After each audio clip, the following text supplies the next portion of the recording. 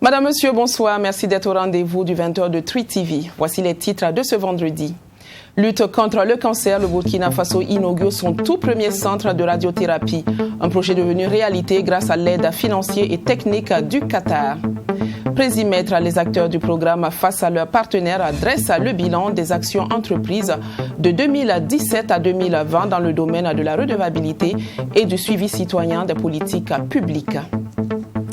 Nous démarrons ce journal avec cette bonne nouvelle dans le domaine médical. Le président du Faso, Roch-Marc Christian Kaboré, a procédé ce vendredi 9 avril 2021 à l'inauguration du tout premier centre radiothérapie du Burkina Faso. Ce centre logé au sein de l'hôpital universitaire de Bogodogo a été réalisé par l'État burkinabé avec l'appui technique et financier de l'émir du Qatar. Ce centre de radiothérapie permettra ainsi de prendre en charge sur place les malades du cancer. Sanata Seri. La radiothérapie est désormais une réalité au Burkina Faso. C'est le centre hospitalier universitaire de Bogodogo qui abrite ce premier centre de radiothérapie qui vient soulager un tant soit peu les malades de cancer. Le centre de radiothérapie de Bogodogo, selon le coordonnateur du projet, a une capacité d'accueil de plus de 60 patients par jour et prend en compte tout type de cancer confondus. Selon le président du Faso, ce centre marque la concrétisation de l'engagement du gouvernement à faire face au cancer au Burkina Faso. C'est avec une légitime fierté que nous inaugurons ce centre, dans la mesure où ça nous permet de boucler la chaîne du traitement du cancer au Burkina Faso. Vous savez très bien que la question de la radiothérapie a été toujours une préoccupation pour, les malades du cancer. Soit ils étaient obligés d'aller dans un autre pays voisin, soit parfois en Europe pour faire ce traitement, qui coûte par ailleurs cher. Et je pense que déjà en construisant le premier centre à Ouaga et bientôt le second à Bobo, on va soulager énormément les malades du cancer. La réalisation de ce centre qui vient d'être inauguré ce vendredi a été possible grâce au soutien technique et financier du Qatar à travers le Fonds Qatari pour le développement. Tout le monde va partir un jour, mais c'est les actions qui restent. Et ce centre va rester même si on part. Et je voudrais également, dans cette occasion, de réaffirmer la relation solide entre le Qatar et le Burkina Faso. Ce joyau, selon le président de la coalition de lutte contre le cancer, va non seulement permettre aux malades d'avoir accès à la radiothérapie, combien importante, mais aussi de bénéficier d'un traitement complet. Le plus souvent, c'est un traitement qui est dit adjuvant. Ça veut dire que c'est un traitement qui renforce l'acte opératoire dans le but de faire de telle sorte que le cancer ne revienne pas. Ça neutralise les éventuelles cellules cancéreuses qui seraient restées sur le site opératoire malgré la chirurgie du cancer. La radiothérapie peut être aussi indiquée dans le cadre des traitements palliatifs. Et les traitements palliatifs, c'est essentiellement les saignements. Quand un cancer saigne souvent, la radiothérapie peut être indiquée. La radiothérapie peut être indiquée quand il y a des douleurs liées au cancer. Par exemple, dans les cancers du pancréas, il y a une radiothérapie palliative qui permet une accalmie des douleurs. Le coût de réalisation de ce nouveau centre de radiothérapie est estimé à 8 milliards de francs CFA. Il est également prévu une session de renforcement des capacités de 3 mois des radiothérapeutes de Burkina Faso afin de leur permettre d'assurer leur nouvelle mission avec efficacité. Voilà qui devrait constituer un réel soulagement pour les personnes atteintes de cancer. Le programme Présimètre, que vous connaissez certainement, est à son terme après 4 années d'opérationnalisation. Ce matin, les acteurs de mise en œuvre de ce programme se sont réunis pour évaluer et capitaliser ces acquis. Une opportunité toute faite pour ces mêmes acteurs de créer un cadre de rencontre des OSI burkinabés afin qu'elles s'imprègnent des actions réalisées de 2017 à 2020. Michael Tougri.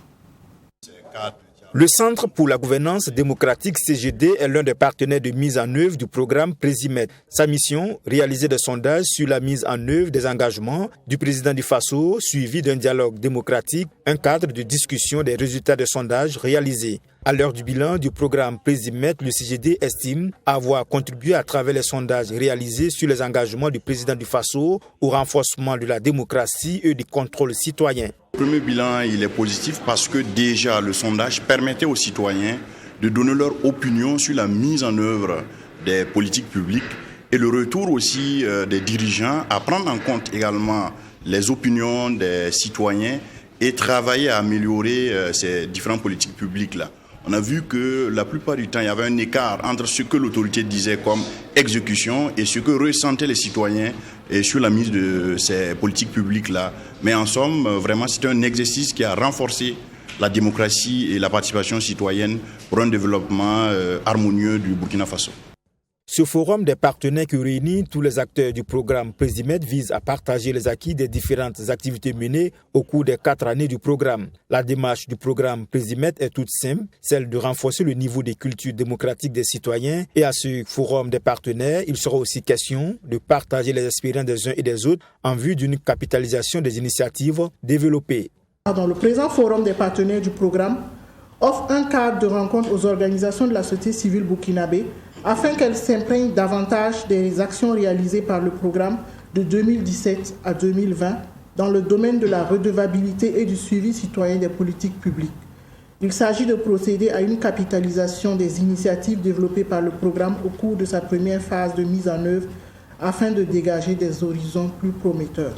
Plusieurs bonnes expériences pourraient être partagées avec vous aujourd'hui. Chacun des 15 partenaires a des choses intéressantes à partager et qui mériteraient d'être montrées. Cette première phase du programme Présimed, arrivée à son terme, a été financée par la Suède, l'Union européenne et la Suisse. Et selon la directrice pays de Diaconia, la seconde phase du programme Présimed sera présentée dans les jours à venir avec plus d'innovation et le même objectif, celui de la redevabilité et du suivi citoyen des engagements du président du Faso. En conférence de presse ce matin, le Parti pour la Renaissance nationale apparent a donné son point de vue sur plusieurs sujets d'actualité, à savoir la réconciliation nationale et le mouvement d'humeur récent des élèves concernant les réformes du BEPC et du baccalauréat. Par ailleurs, le parti a annoncé un congrès extraordinaire pour le prochain mois. Mamidriana Kamabou vous en dit davantage dans ce reportage. Après plusieurs mois de silence, le Parti de la Renaissance nationale, PAREN, annonce la tenue de son congrès extraordinaire qui aura lieu du 28 au 29 mai prochain. Ce rendez-vous vise à favoriser le développement endogène et aussi mieux positionner le parti sur la scène politique à travers l'obtention de plusieurs sièges à l'hémicycle. Le comité du moins a proposé un thème du congrès extraordinaire formulé ainsi qu'il suit: forger ensemble le Burkinabé nouveau sur le socle du développement endogène. En ce qui concerne la réconciliation nationale, pour le parent, ils font un jugement sur mesure. Le parent propose ce qui suit. Si on veut que la réconciliation nationale ne soit pas un jeu de dupes, nous adhérons au principe aux conditions suivantes. 1. C'est de garantir le principe vérité, justice et réconciliation. Mais en tenant compte du cas spécifique de chaque dossier. Parce que souvent, il y a des dossiers sur lesquels, en disant la vérité, vous risquez de créer plus de problèmes.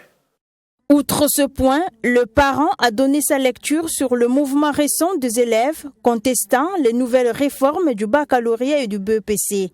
Pas question de donner la parole à des enfants quand on sait que le niveau de l'éducation est faible, a indiqué le président du parti, Abdoul Karim Sango. L'éducation nationale, là, ce n'est pas un problème des syndicats, ce n'est pas un problème du gouvernement. D'abord, c'est votre enfant. Moi, je mène mon enfant à l'école, là. Je veux qu'au soir de ma vie, mon enfant ne soit pas là traîné dans ma maison encore. Qu'il puisse se prendre en charge. Donc on ne peut pas regarder comme ça deux entités chaque fois qui prennent un autre. Non. Il faut, le parent interpelle la conscience individuelle ou collective sur ce problème particulier. L'éducation, et nous assumons, ne saurait être un sujet de politique politicienne. Ce n'est pas possible. Il faut être irresponsable de façon maladive pour croire que l'éducation, là, on peut s'amuser avec ça. Non. Le parent rejette ça. Le parent s'est penché sur un sujet inhabituel qui ne relève pas de la politique, les effets désastreux du changement climatique au Burkina Faso. Il interpelle les autorités à y accorder plus d'attention. La télévision du Burkina se dévoile à son public. Les premiers responsables de la Nationale de l'Image ont animé ce vendredi une conférence de presse pour annoncer des journées portes ouvertes qui se tiendront les 16, 17 et 18 avril prochains dans l'enceinte de l'institution. Cette démarche aura pour but de créer un cadre de communion et d'échange avec le grand public, de renforcer la cohésion et la solidarité entre les agents de la télévision et enfin de consolider les relations entre la RTB et ses partenaires. Maxime Jean-Eudes de Bambara. Les journées portes ouvertes de la RTB, c'est du 16 au 18 avril prochain. C'est l'information donnée par les premiers responsables de la télévision nationale à travers cette conférence de presse. La direction générale de la RTB entend, à travers l'organisation de ces 72 heures, renforcer la cohésion et la solidarité entre les agents de la télévision du Burkina et rapprocher davantage les téléspectateurs de plus en plus exigeants vis-à-vis du fonctionnement de leur télévision nationale. L'objectif, c'est de nous rapprocher davantage des téléspectateurs, de les inviter à venir voir comment est-ce qu'on travaille.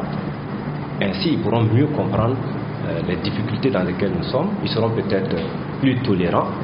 Ce n'est pas la tolérance seulement qu'on veut, mais on veut qu'ils soient critiques pour qu'on soit davantage professionnels. Les téléspectateurs sont rigoureux à notre égard et au niveau de la télévision nationale du Burkina, nous tenons compte de ces critiques. Il y a des critiques objectives, il faut le dire, mais ayons le courage aussi de dire qu'il y a des critiques souvent qui sont subjectives.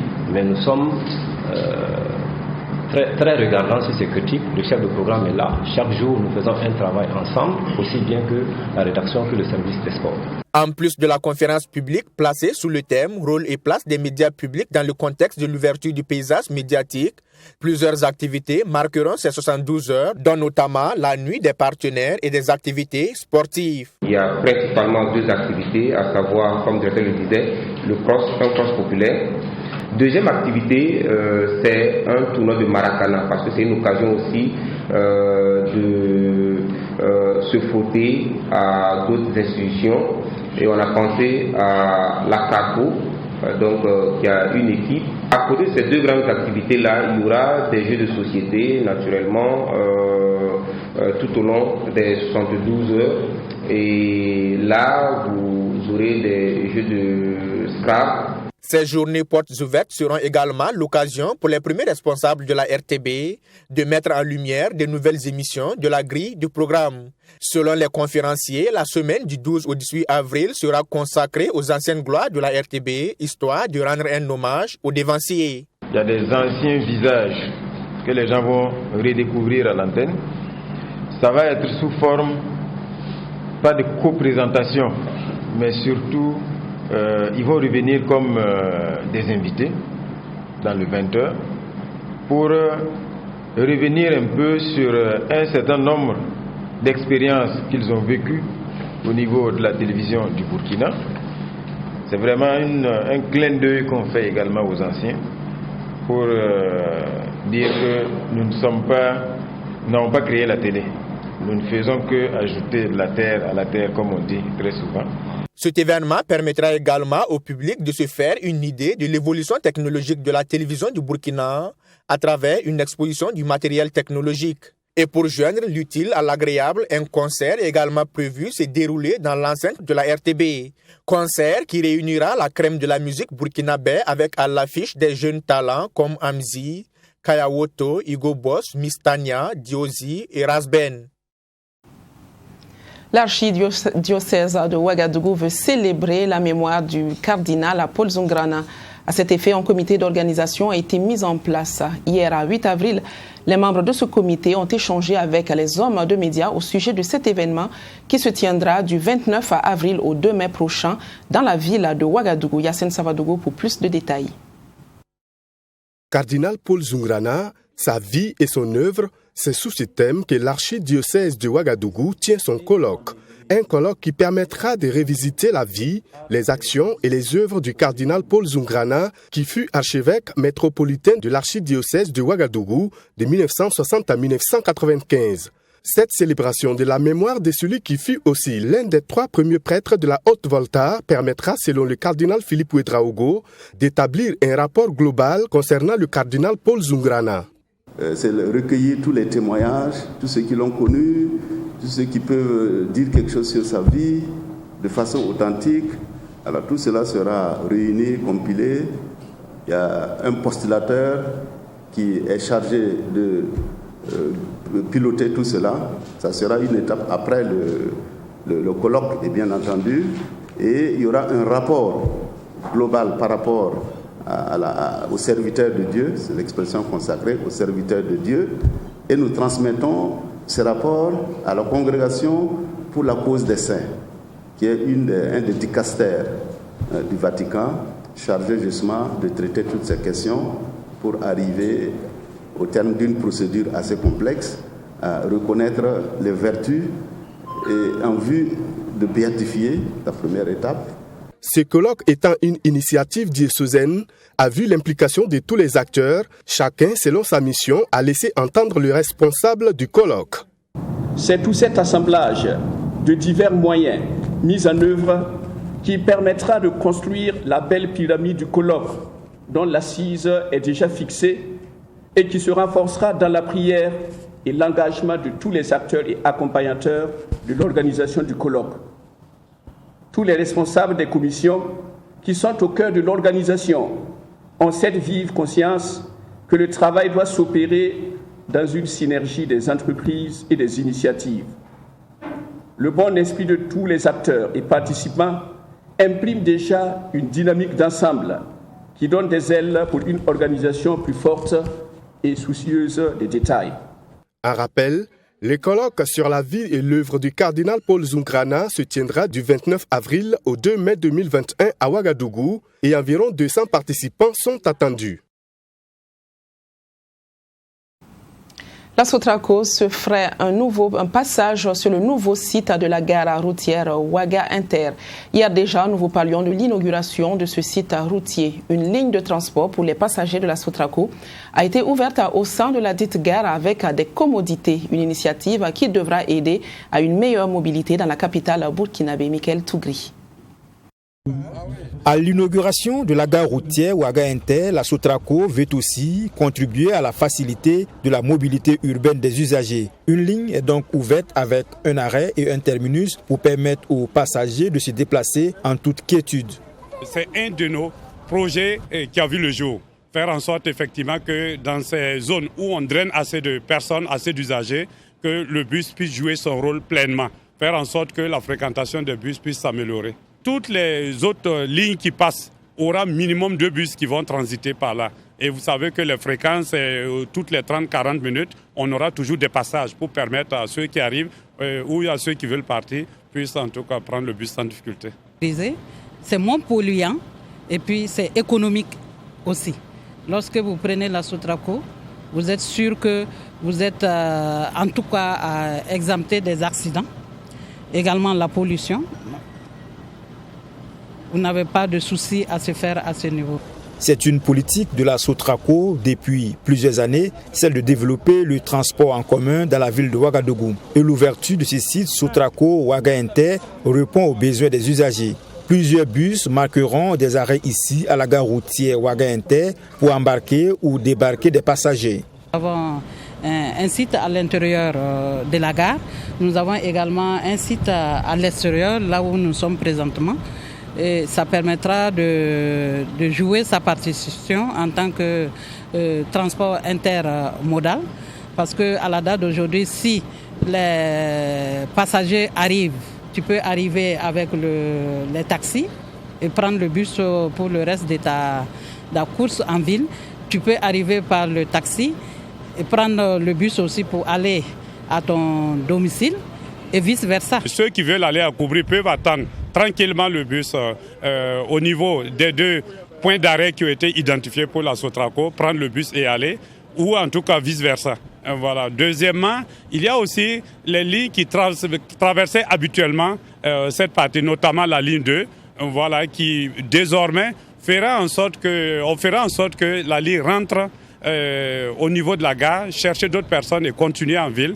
Voilà, permettre en tout cas à ceux qui veulent se déplacer, ne sortent pas, chercher un peu comment je vais rejoindre la ville, etc. Avec la création de ce site Sotraco Ouaga Inter, l'ambition de la société est de se rapprocher davantage de sa clientèle.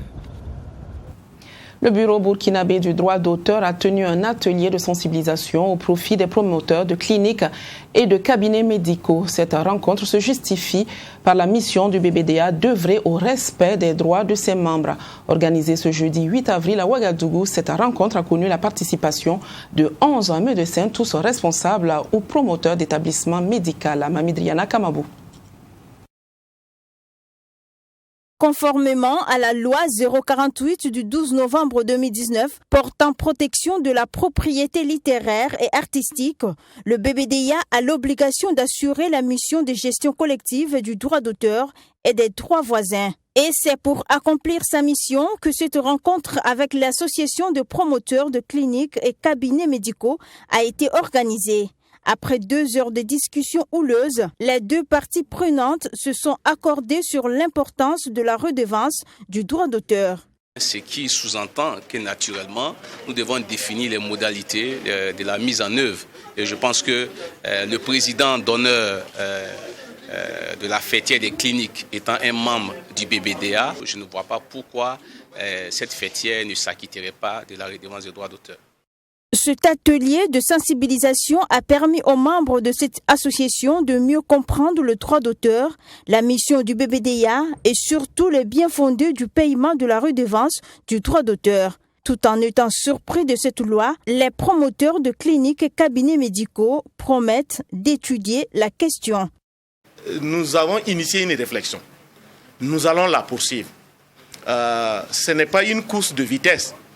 L'essentiel, c'est d'y arriver. Avec l'ensemble des acteurs, nous regardons la particularité, la spécificité de notre secteur.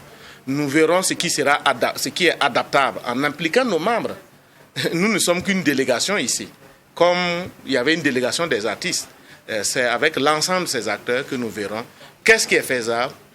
Est-ce que c'est dans 2 ans? Est-ce que c'est dans 3 ans? C'est dans 10 ans? Ce n'est pas forcément le délai là qui importe, mais comment on arrive ensemble à mettre toutes nos initiatives en commun pour pouvoir permettre que dans ce pays-là, tous les secteurs avec leurs particularités, nous puissions travailler à assurer un développement harmonieux de notre pays sur tous les plans. Cette activité qui a connu la participation de 11 médecins vise à accroître le volume de recettes du BBDA au profit des créateurs. 4 000 francs CFA par an, c'est la somme exigée par le bureau burkinabé du droit d'auteur comme redevance aux promoteurs de cliniques et de cabinets médicaux. Les 7 et 8 avril dernier, les bénéficiaires du premier appel à projets du Fonds de développement culturel et touristique FDCT ont bénéficié d'un atelier de renforcement de capacité dans le cadre du programme d'appui aux industries créatives et à la bonne gouvernance de la culture. Le point de la cérémonie de clôture dans ce reportage signé Fatimata Ninkiema. Dans le cadre du premier appel à projet du Fonds de développement culturel et touristique, FDCT, 74 projets ont pu être financés. Dans l'optique d'accompagner ces derniers dans la gestion de leurs projets, le FDCT a initié une formation de 2 jours à leur endroit. Il a fallu donc que nous nous accordons avec ces bénéficiaires sur un certain nombre de capacités à renforcer. Et donc vous verrez entre autres la gestion comptable et financière, la gestion du projet en lui-même, les questions des contrats de subvention, le suivi, évaluation, sont bien d'autres modules que nous avons développés avec eux afin qu'ils soient plus opérationnels et plus aptes à réussir ces projets-là. Et selon Jean-Marie Nabi, un des participants, les modules dispensés vont leur permettre de mieux gérer les projets afin d'engranger des résultats satisfaisants. Donc notre ambition, c'est d'arriver justement à faire en sorte qu'à travers ce projet, nous participons à une meilleure structuration du secteur, mais aussi à accroître la part contributive du secteur créatif à l'économie nationale. Donc en tant qu'entrepreneur culturel, c'est un engagement que nous avons pris avec le fonds, avec l'Union européenne, que nous devons respecter. Et donc nous sommes venus nous recycler pour renforcer nos capacités afin de mieux gérer donc ce projet.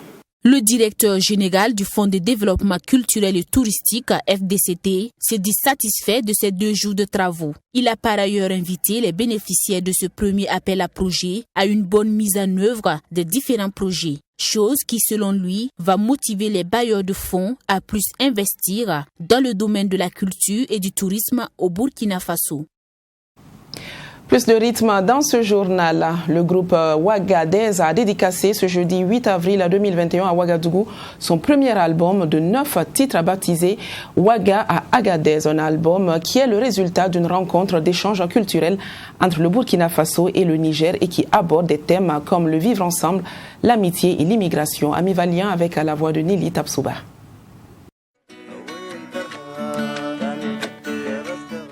De Ouaga à Agadez, c'est le tout premier album du groupe Ouagadez, un groupe de 4 personnes composé de 2 Burkinabés et de 2 Nigériens. Dans cet album de 9 titres, le groupe prône le vivre ensemble, la paix et l'amitié. Un savant mélange de rythmiques traditionnelles modernisées de la région du plateau central et du Sahel nigérien. L'album parle de l'insécurité, de l'immigration et aussi l'album parle beaucoup de ce qui se passe dans la société, ce qu'on vit, beaucoup plus entre les amis.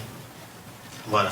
Et quand vous prenez un morceau comme Il Kaden qui est une chanson d'identité, en fait, c'est une chanson qui prône, qui aborde le problème de l'immigration clandestine. Cet album entièrement enregistré en live au Burkina Faso a connu la participation de l'artiste Onassis. Et pour la promotion de cette œuvre, le groupe compte sur ses fans. Le groupe Agadez promet par ailleurs une tournée nationale dès que la pandémie de coronavirus sera maîtrisée.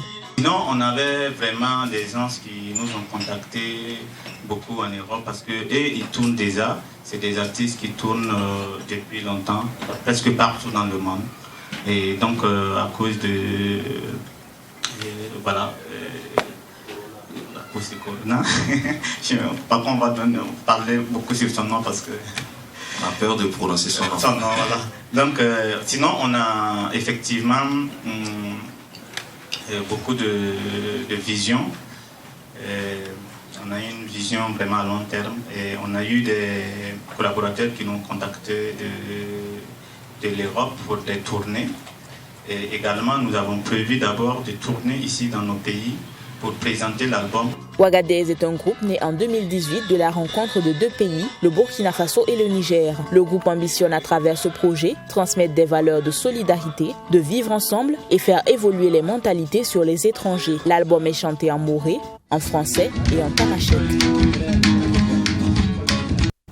C'est la fin de cette édition. Je vous donne rendez-vous demain à la même heure, Dieu voulant. Mais en attendant, je vous laisse en compagnie de Assami Thiamtouré pour votre magazine sportif Sport 3. Excellente suite sur nos antennes. Bonsoir.